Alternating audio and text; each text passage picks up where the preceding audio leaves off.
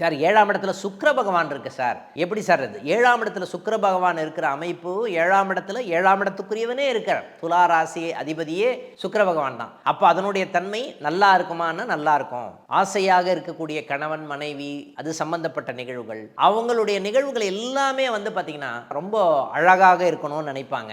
அழகு சம்பந்தப்பட்ட விஷயத்துக்காக செலவு பண்ணுவாங்க. ஓகேங்களா? ஆடை ஆபரணங்கள் சம்பந்தப்பட்ட விஷயத்துக்கு நிறைய செலவு பண்ணுவாங்க.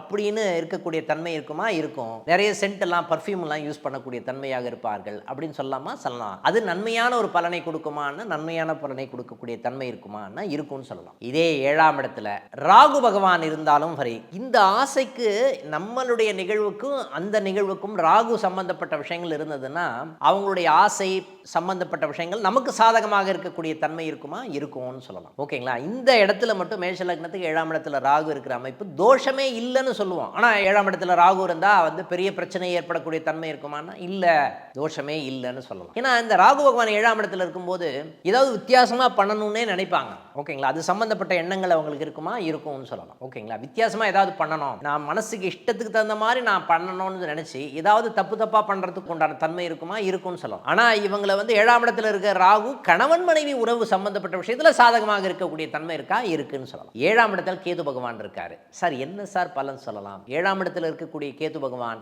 உங்களுடைய நிழலை நீங்களே பார்க்குற மாதிரி ஒரு தன்மை இருக்குமா? இருக்கும்னு சொல்லலாம். ஏன்னா ராகு கேது அப்படின்னா நிழல் கிரகங்கள்னு சொல்லக்கூடிய அமைப்பு இருக்கா? இருக்கு. அப்போ இந்த காலகட்டத்தில் வந்து பார்த்தீங்கன்னா கணவனோ மனைவியோ விரக்தி மனப்பான்மை பக்திமயமாக இருப்பதற்குண்டான தன்மை மேஷ லக்னத்துக்குன்னு பார்க்கும்போது 7ஆம் இடத்துல கேது பகவான் இருக்கிற அமைப்பு உங்களுக்கு சாதகமான நல்ல பலனை கொடுக்கக்கூடிய தன்மை இருக்குமா? இருக்கும்னு சொல்லலாம். இன்னும் டீட்டெயில்டாக அடுத்தடுத்த வீடியோவில் பார்ப்போம் நம்ம. ஓகேங்களா?